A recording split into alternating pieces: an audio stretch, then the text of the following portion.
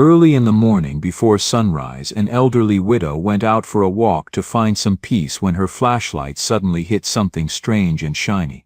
Taking a few more steps, she found two motorcycles and two Hell's Angels lying unconscious on the wet ground. Unable to leave them there, she used her late husband's old snowmobile to bring them back to her cabin, despite her neighbors' protests and demands to send them away.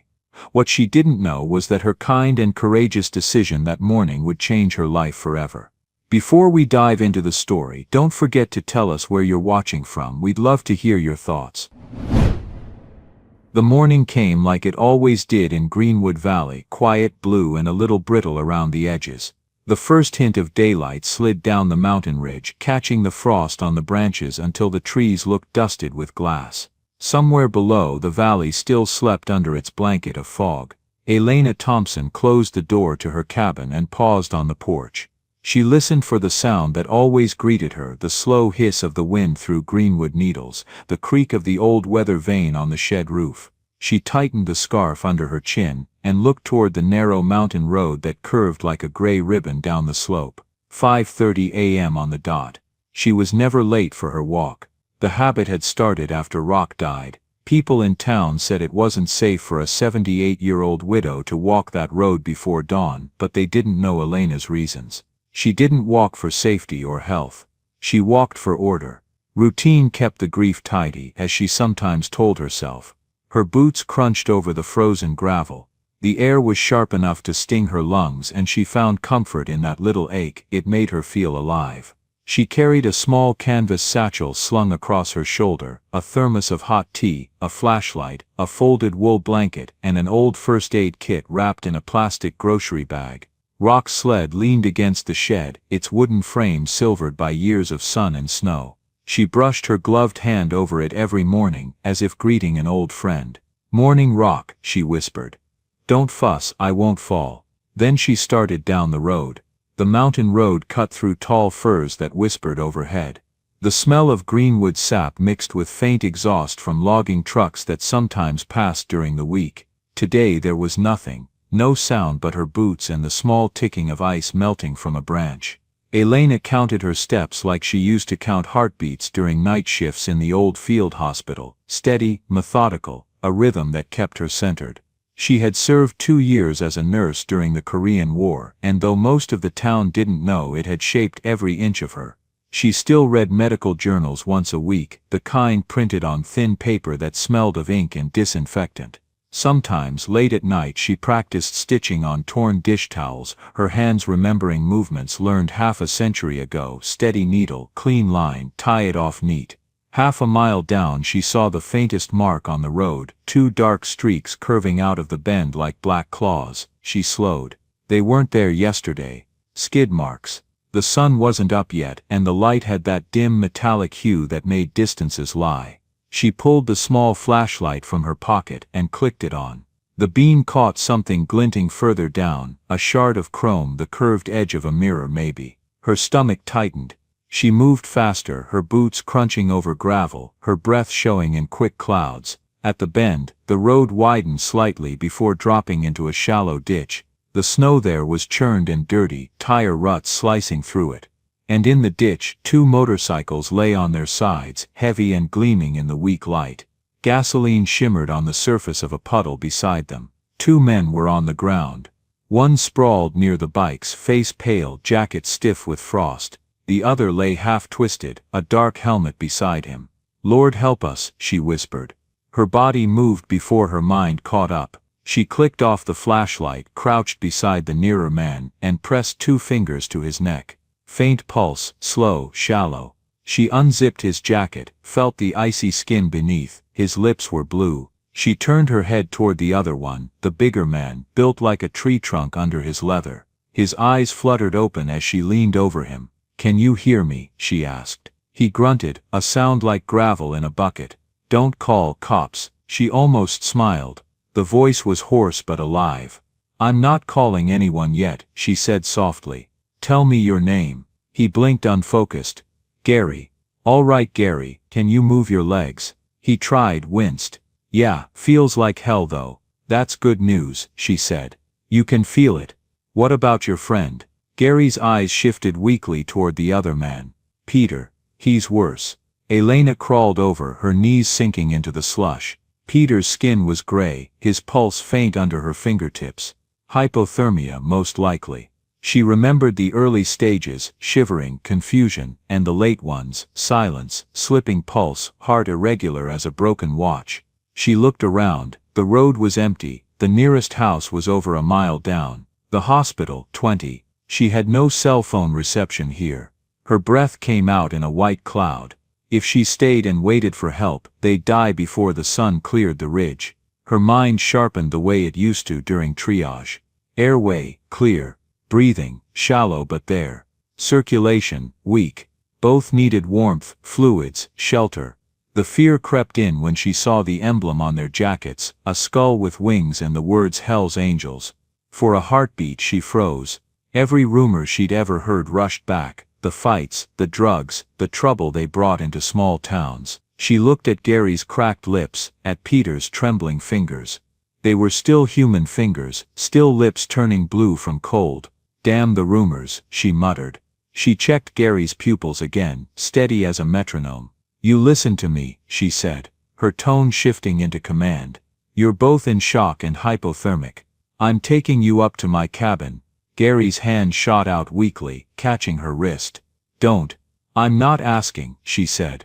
You can talk or you can live, pick one. He blinked at her, confusion giving way to something like respect. You're crazy. Maybe, she said. But I know what I'm doing. The path home was uphill, about half a mile of packed snow.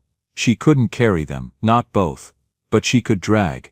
Elena jogged back up the road toward her cabin, her legs burning with cold. The sky was turning from steel to pale rose. She threw open the shed door, scattering dust motes into the light. The sled waited, half buried under a tarp and a coil of rope. Rock's old freight sled. He'd used it every winter to haul firewood, laughing as it screeched downhill like a stubborn mule. She grabbed it, heart hammering. The wood was dry but sturdy. She checked the runners, found them smooth enough. She tied the rope into a harness around her waist. Still with me, Rock, she murmured. One more haul.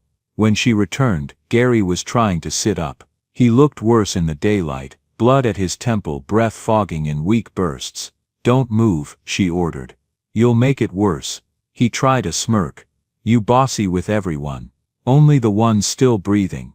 She spread the blanket on the sled, then knelt beside Peter. He was light, barely more than a boy when she looked close.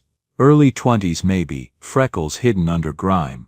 She lifted him as gently as her old back allowed, gritting her teeth, easing him onto the sled.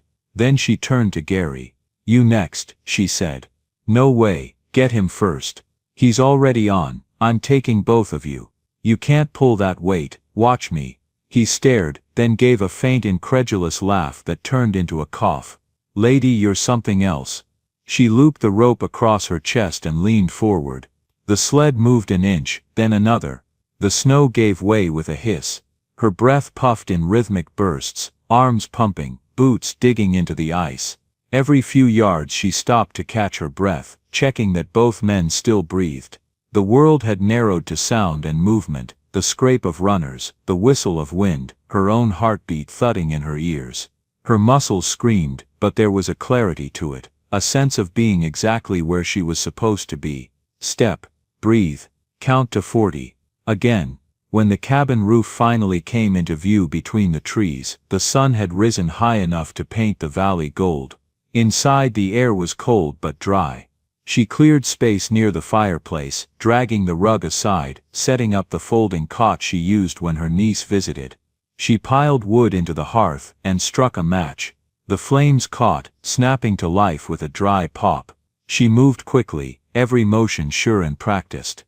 Wet boots off, jackets open, hot water bottles filled from the kettle. She laid Gary on the couch, Peter on the cot. The cabin smelled of greenwood smoke and old wool. Elena wrapped Peter in layers of blankets, tucking them under his chin like a child. She lifted his wrist, counting pulse aloud. 64, 68 good. Gary tried to speak.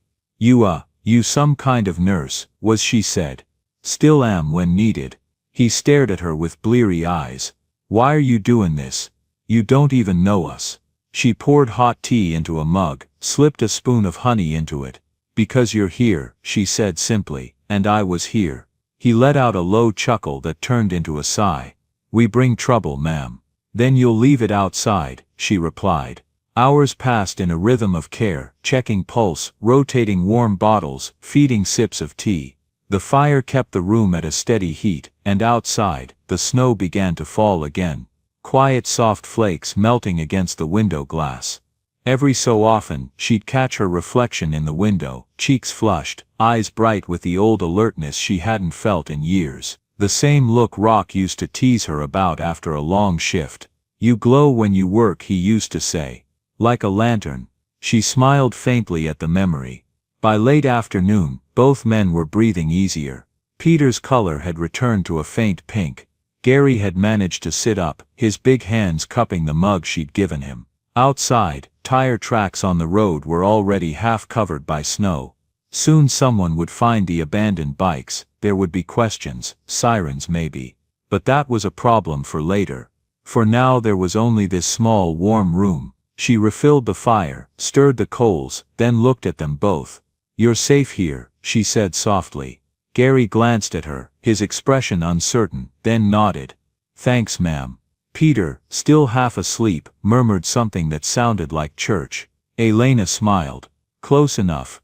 Outside, night settled slow and deep over Greenwood Valley. The snow fell heavier now, cloaking the world in quiet. Inside the cabin, the firelight flickered against the log walls, and for the first time in years, Elena felt the room alive with more than just memory. She sat back in Rock's old chair, watching the two men breathe. Her body ached from the haul, her arms trembling slightly as the fatigue set in. But her mind was clear, she had done what needed to be done. Tomorrow the world might question her decision, might call her reckless or foolish. But tonight, she felt something stronger than fear, a calm certainty, the kind that came from choosing compassion over caution. She reached for her mug of tea, its warmth steady in her palms. Good night, Rock, she whispered.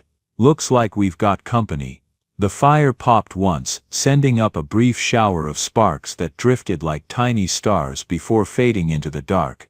Morning came quietly, gray light spilling through the window panes like watered milk. The snow had stopped sometime in the night, leaving a soft white hush over Greenwood Valley. Inside the cabin, the fire still burned low, a nest of red embers breathing steady warmth into the room. Elena Thompson stirred awake in Rock's old chair. Her neck ached from sleeping upright, and the wool blanket around her shoulders had slipped to the floor. For a few moments she didn't move, listening to the rhythm of the cabin, the ticking of the mantel clock, the faint whistle of wind through the chimney, the slow, even breathing of the two men she had saved. Gary lay on the couch, one arm draped across his chest rising and falling with a steady rhythm. Peter, smaller and younger, was curled on the cot, mouth slightly open, lashes dark against his skin. They both looked startlingly young in the morning light, stripped of their noise and danger. Just men. Just human. She rose carefully, knees stiff from cold, and moved toward the stove. The kettle sat where she'd left it, half full. She lit the burner, the faint click-click whoosh of the flame breaking the silence. The smell of hot metal and greenwood smoke filled the room. Her hands moved by memory, measure coffee, pour water, stir honey. She thought about Rock again, the way he used to hum while the coffee percolated. Music makes the morning sweeter, he'd say. She caught herself humming now, a quiet, tuneless thing that barely touched the air. When she turned, Gary's eyes were open. You're real, he said hoarsely. I was last time I checked, she said, pouring him a mug. Drink slow, it's hot. He took it with both hands. His fingers were thick, scarred, trembling slightly as he raised it. Where are we? My cabin. Greenwood Valley Ridge. He looked around the room, blinking as if the wood walls might explain something. You hauled us here, with Rock's sled, his brow furrowed. You coulda died doing that. She set another mug on the table, but I didn't. Drink. He watched her for a long moment, then nodded once, a tiny concession to the absurdity of gratitude. You got a first name. Elena. He blinked. That's a mouthful. Most people just say Ellie. Gary, he said, tapping his chest. Peter's my brother in the club. He's still out. Sleeping, she said softly. He's stable, fever's down. You both had hypothermia, possible concussion. You're lucky I found you when I did. Gary stared into the coffee as if the dark liquid might replay the accident for him. We were coming down from the pass, road iced up, didn't even see the curve till. He stopped, jaw tightening. Elena waited. He shook his head. He went down hard. I tried to brake, but... His voice cracked, low and angry. She saw the same helplessness she'd seen in soldiers decades ago, the shame of surviving when someone else didn't, even if everyone did. You both lived, she said gently. That's what matters today. He nodded once, unable to look at her. By noon Peter had woken. His first words were slurred and confused.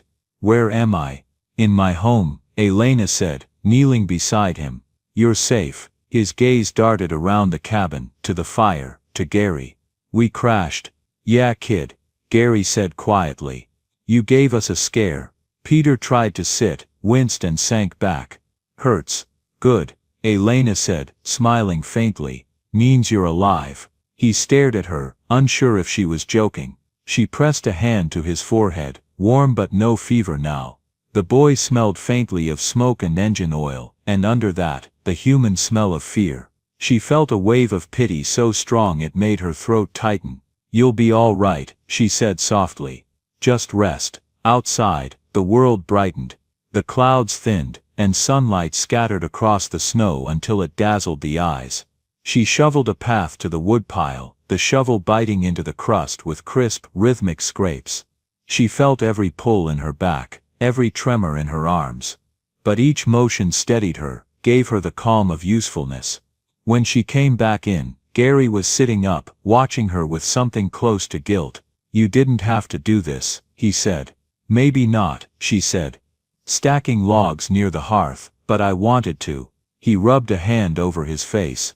We're not the kind of men people help. I didn't see that written on your forehead.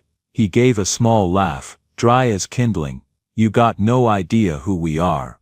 She looked up. You're cold, hurt and alive. That's all I need to know. For a moment, neither spoke. The only sound was the soft pop of the fire and the faint creak of the logs settling. Gary broke first. You're something else, lady. I've been called worse, she said. By late afternoon, she began preparing soup. The smell of onions and thyme filled the cabin, wrapping the air in something domestic and safe. Peter stirred from the cot, blinking against the light. That smells real good, he murmured. She smiled. That's because it's real food. You're both lucky I still cook. Gary leaned back on the couch, eyes half closed. Lucky ain't a word I hear much. Then start using it, she said. She ladled soup into 3 bowls, setting them on the small table by the window. Peter shuffled over, moving like a man half made of bruises. He hesitated before sitting, glancing at Gary as if asking permission. It's fine, Gary said. They ate in silence at first. Outside, wind whistled through the eaves. Inside, spoons clinked softly. After a while, Peter spoke. You live up here alone. Been that way since my husband passed, she said. Must get quiet. Sometimes. Gary looked at her, eyes narrowing slightly. Why keep living up here? Town's not far, you could move closer to people. She shrugged. People are noisy. Besides, I like the quiet. I know what it's saying. What's that? Peter asked. She smiled. That I'm still here. The boy smiled back, slow and genuine. They slept most of the evening. Elena cleaned her tools, repacked the medical kit, then sat by the fire, reading an old nursing manual. Outside, snow began to fall again, gentle and fine. Around midnight, she heard a distant rumble, engines, several of them, echoing faintly through the valley. She looked out the window, but saw nothing through the drifting snow. Probably trucks, she thought. But her chest tightened anyway. She banked the fire, and went to bed. By morning the road below the ridge wasn't empty anymore. 2 sheriff's cruisers idled near the ditch, their red and blue lights faint in the distance. She saw them through her binoculars as she stood on the porch, the cold air biting her cheeks. They'd found the bikes. Her stomach knotted. She knew Sheriff Pete Hansen, solid man, decent, but quick to worry. Greenwood Valley wasn't used to trouble. 2 crashed motorcycles with Hell's Angels patches would stir the whole town. She went back inside. Gary was awake, pulling on his jacket, wincing with each motion. "Stay put," she said. "Cops are comin', right?" She hesitated. "Probably." He started pacing, jaw tight. "They see the bikes, they'll think we're runnin' from something. Are you?" He met her eyes. "No. But they'll think it anyway." She sighed. "Then you'd better sit down before you fall down." "I'll talk to Pete." He frowned. "You can't, I can." Her tone left no room for argument. By mid-morning, a truck crunched up the icy road. She stepped out onto the porch as Sheriff Hansen climbed from the cab. He was a broad man in his 60s, with a nose red from the cold, and a look that said he'd been awake too long already. "Ellie," he said, tipping his hat. "You seen anything strange up here? We found 2 bikes in the ditch. Thought I'd check in." She crossed her arms, the wind tugging at her coat. "They're inside, Pete. Alive, but hurt." His eyebrows shot up. "You're tellin' me you got Hell's Angels in your living room?" "I'm tellin' you I've got 2 patients." He stared at her for a long moment, jaw working. "Ellie, that's not smart." "They wrecked," she said evenly. "Would you rather I left them to die?" He sighed, rubbing his temple. "You know I wouldn't, but those boys bring trouble. They're boys who needed help." Behind her the door creaked. Gary stood there, leaning against the frame. "Sheriff," he said quietly. Hansen's hand twitched near his belt, then relaxed. "Son, you stay right there. I ain't causing no problem," Gary said. "We crashed. That's all." Elena stepped between them, her small frame somehow filling the space. "He's telling the truth, Pete." The sheriff looked from one to the other, his breath a white cloud. "You always were stubborn, Ellie. Someone has to be." He exhaled, long and heavy. "All right. I'll file it as an accident. But you call me if things turn sideways." She nodded. "Thank you." He tipped his hat again and walked back to his truck. That night, word had already spread through town. Greenwood Valley's rumor mill spun fast. The old widow with the cabin had taken in bikers. Some called her brave, others said foolish. Elena didn't care. She had a fire to tend, 2 men to heal, and a life to live, but still, she felt the weight of eyes she couldn't see. The days that followed fell into rhythm. She cleaned their wounds, changed bandages, kept them on light food. Gary began helping with chores, chopping wood, hauling water. Peter, when he was stronger, tried sketching the mountain view from the porch, using an old pencil he found near her sewing basket. "You draw?" she asked. He shrugged, embarrassed. "Just lines." "They're good lines," she said smiling. He looked up at her, surprised by the simple praise. At night, when the wind howled down the ridge, they sat by the fire, and talked in low voices. Gary spoke about Afghanistan, about losing men, about coming home to nothing. Peter told of orphanages, and running away young, of the club being the only family that wanted him. Elena listened without judgment, her needle moving through cloth as they spoke. When they fell silent, she said softly, "Families come in all shapes, some just take longer to find." Gary nodded slowly. "Guess we found ours in a snowbank." "Maybe," she said. "Or maybe it found you." By the end of the week, the snow melted in patches, revealing brown earth and greenwood needles. The cabin felt less like a shelter, and more like a home. The men laughed sometimes now, quietly, as if surprised they still could. Elena noticed it, the way laughter changed a room's air. It made even the corners seem warm. But peace never lasted long in Greenwood Valley.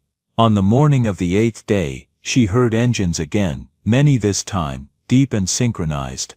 She stepped outside, and saw a line of motorcycles crawling up the road, headlights piercing the mist. Gary stiffened beside her. "That's the club. Your friends." He hesitated.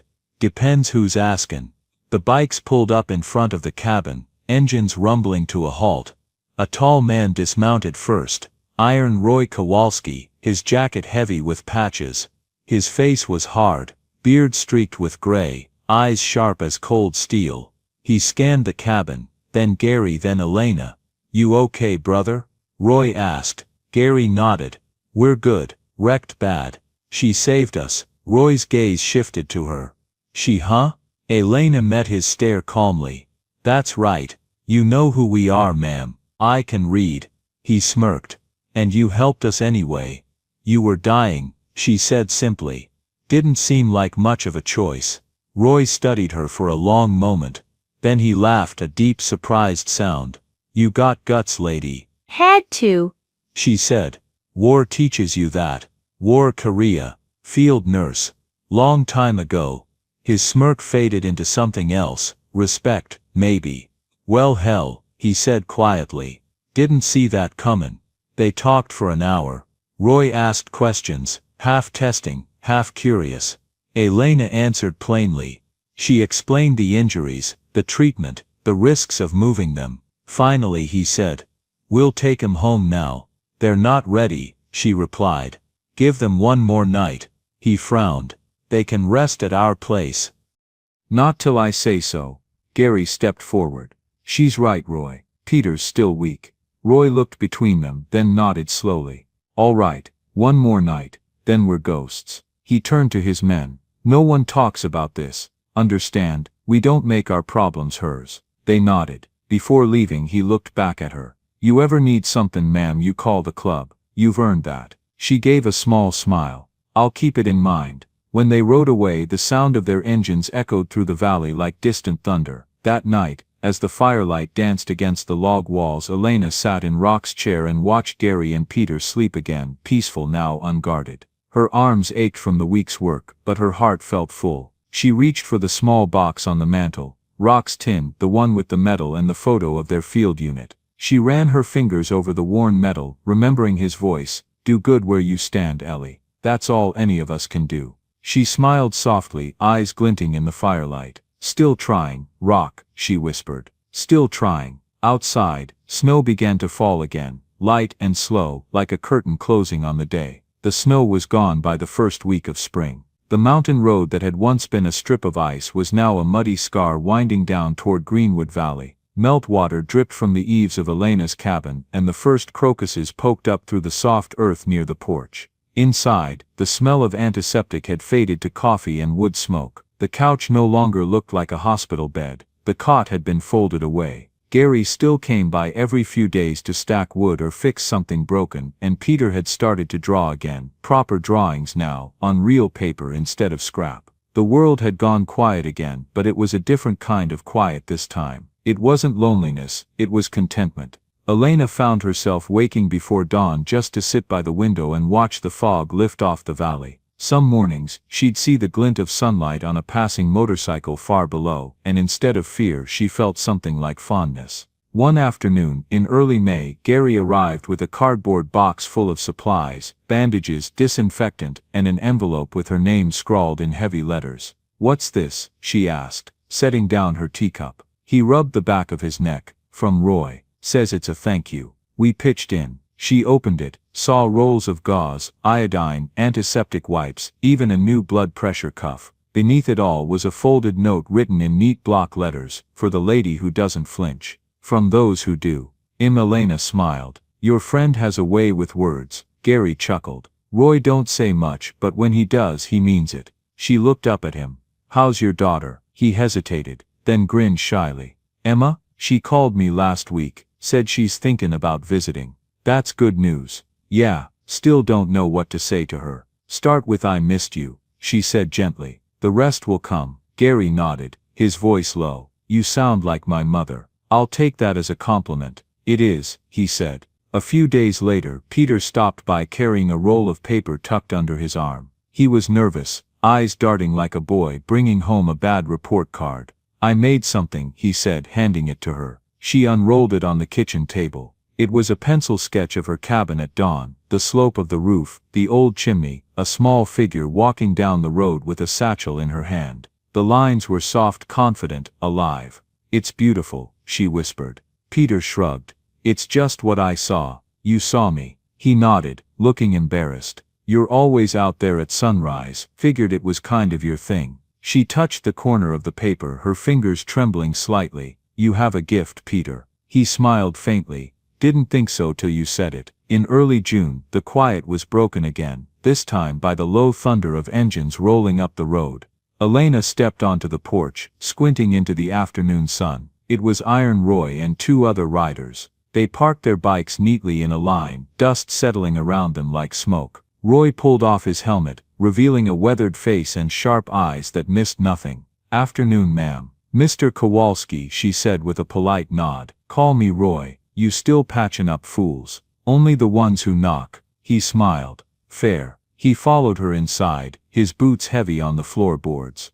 Gary and Peter arrived a few minutes later, the cabin suddenly full of motion and the faint smell of oil and leather. Roy looked around, hands on his hips. You got quite a setup here. Clean, organized. You sure you ain't running a clinic? Not officially, she said, but the rules are the same. Keep things sterile, don't waste bandages, no lying about pain. He grinned. You'd fit right in with us. She arched an eyebrow. Not sure the jacket would suit me. Roy laughed. Probably not. They talked for a while, about the accident, about the club, about how folks in town were still whispering. Roy listened more than he spoke, his gaze moving from Elena to Gary to Peter. Finally he said, You changed these boys. Elena smiled faintly. They did most of the work themselves. Nah, Roy said. You gave him something they didn't think they deserved. That's rare. She looked at him. Everybody deserves a second chance. He nodded slowly. Wish more people believed that.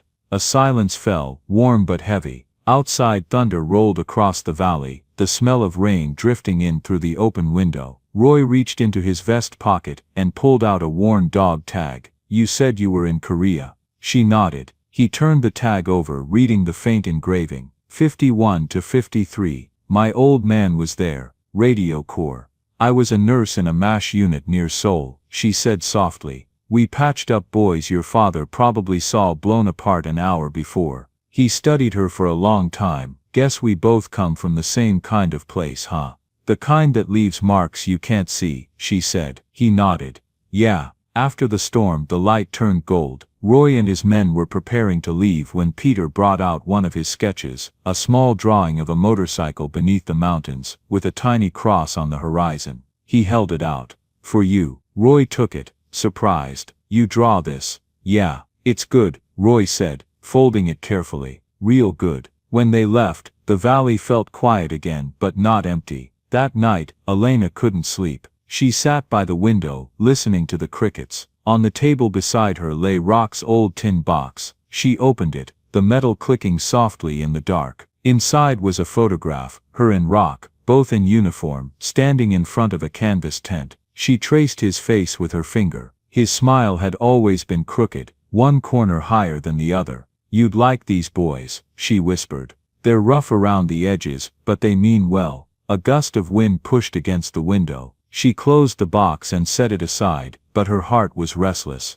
The truth was, the boys had awakened something she thought she'd buried years ago, the need to serve, to be useful, to keep people alive. It wasn't just kindness, it was purpose. 2 weeks later, she drove into town for supplies. Greenwood Valley's main street was small, one diner, a post office, a hardware store, and the sheriff's office. As she walked down the sidewalk, conversations dimmed. Heads turned. She kept her chin up. Inside the diner, she ordered her usual black coffee and a slice of lemon pie. The waitress, Carol, hesitated before setting it down. Ellie, she said quietly, folks are talking. They always are, Elena said. Carol sighed. Some think you're keeping company with criminals. I'm keeping company with human beings. Carol frowned. You're a good woman, but you're playing with fire. Elena looked out the window, where a pair of teenagers on bicycles rode past, laughing. Kindness isn't fire, Carol. Fear is. Carol didn't reply. That night, Gary came by, looking uneasy. Roy says there's talk. Another club's been making noise. Riverside chapter. They don't like that we've been showing up in town helping folks. Helping? Yeah, he said with a shy grin. We fixed the roof on the church last weekend. Figured we owed you something. She smiled. That's a start. Maybe, he said. But the Riverside guys think it makes us soft. Kindness isn't soft, Gary. It's hard work. He nodded, but his jaw stayed tight. A week later, it happened. The sound of engines came again, but these were rougher, angrier, their roar echoing off the trees like thunder without rain. Elena stepped outside to see a group of riders stopping at the foot of her drive. Their jackets read Riverside Crew. Gary and Peter were already there, standing tense near the porch. Roy's men had arrived minutes earlier, their bikes lined like a wall between the cabin and the newcomers. The leader of the Riverside group, a broad man with a skull tattoo on his neck, swung off his bike. "Roy," he barked, "you outta your damn mind, workin' with townsfolk now." Roy's voice was calm. "Stand down, Skull. This ain't your business. Everything's my business when you're making us look weak." Elena stepped forward, her small frame barely reaching Skull's shoulder. "Gentlemen," she said, "this is private property. You'll keep your voices down." Skull stared at her, incredulous. "Lady, you got no idea who you're talking to." "Oh, I do," she said evenly. "You're someone who's forgetting his manners." A murmur ran through the riders. Roy's mouth twitched, half amusement, half warning. Skull stepped closer. "You really think you can change us? With soup and stitches?" "No," she said softly, "but I can remind you what you were before you forgot." He froze, the words landing harder than any threat. Behind him, Peter moved quietly to the porch. In his hands was a folder of drawings, the ones he'd been working on for weeks. Without a word, he opened it and let the wind scatter them across the ground. Sheets fluttered, sketches of the valley, of motorcycles, of faces laughing by a fire. One landed near Skull's boot, a drawing of a boy standing beside a man with a hand on his shoulder. The man looked like Skull. The yard went still. For a long moment, no one moved. Then Skull bent down, picked up the drawing, and stared at it. His jaw worked, his throat tight. "You drew this?" he asked. Peter nodded. "It's you, or who you used to be." Skull looked at him, then at Elena. The anger drained from his eyes, replaced by something raw and uncertain. "Maybe," he muttered. "Maybe not." He turned to Roy. "We're done here." The Riverside crew rode off without another word, engines fading into the trees. When the sound was gone, the air felt enormous and still. Roy turned to Elena. "You just stared down Skull Rodriguez. You know that?" She smiled faintly. "He was just loud, not dangerous." "Lady," Roy said, shaking his head, "you're the bravest person I ever met." "Not brave," she said quietly. "Just tired of watching people forget they're human." He looked at her for a long moment, then nodded. "That's brave enough." That night, after everyone had gone, the cabin glowed with quiet. Elena sat by the window again, watching the moon rise over the ridge. The road below was empty now, washed clean by moonlight. She thought of Rock, his calm voice, his steady hands. She could almost hear him say, "You did good, Ellie. You kept the peace without firing a shot." She smiled, tears bright in her eyes. "Still doing good where I stand," she whispered. Outside, an owl called once, deep and low, before the night settled back into silence. Summer came early that year. The air over Greenwood Valley shimmered with heat, and the greenwood trees gave off that deep green smell that only came after long rain. Down in town, the diner had its windows open, and laughter carried up the hill like music. From her porch, Elena could hear it sometimes, faint, human, alive. She was sitting in Rock's old rocker, knitting a scarf she didn't need, when she saw a cloud of dust rising from the road. A line of motorcycles wound its way up toward her cabin, engines softer this time, less like thunder, and more like a hum. When they stopped, she counted 8 of them, familiar faces, cleaner jackets. The men climbed off their bikes, with a strange gentleness, as if careful not to disturb the quiet. Iron Roy was first. Gary and Peter followed, carrying something wrapped in brown paper. "Morning, Miss Ellie," Roy said, removing his sunglasses. "Morning, gentlemen," she said. "What brings the cavalry today?" Gary smiled. "Peace offering, sort of a thank you too." Peter handed her the wrapped bundle. Inside was a framed drawing, her cabin in spring, smoke curling from the chimney, surrounded by greenwood trees that looked alive under a pale sunrise. It was her home, seen through someone else's heart. She looked up, eyes wet. "It's beautiful." Peter shuffled awkwardly. "It's yours. Thought you should have it." She smiled. I already did, you just reminded me. Later that week, the sheriff stopped by. He found her pruning wild flowers by the fence, humming softly. Ellie, Pete said, leaning against his truck. Heard what happened up here last month. Word travels fast, faster than engines, he said with a grin. Town's been talking. Funny thing, crime's been near zero lately. Folks say those bikers of yours are helping at the food pantry. Not mine, she said gently. They belong to themselves. He nodded.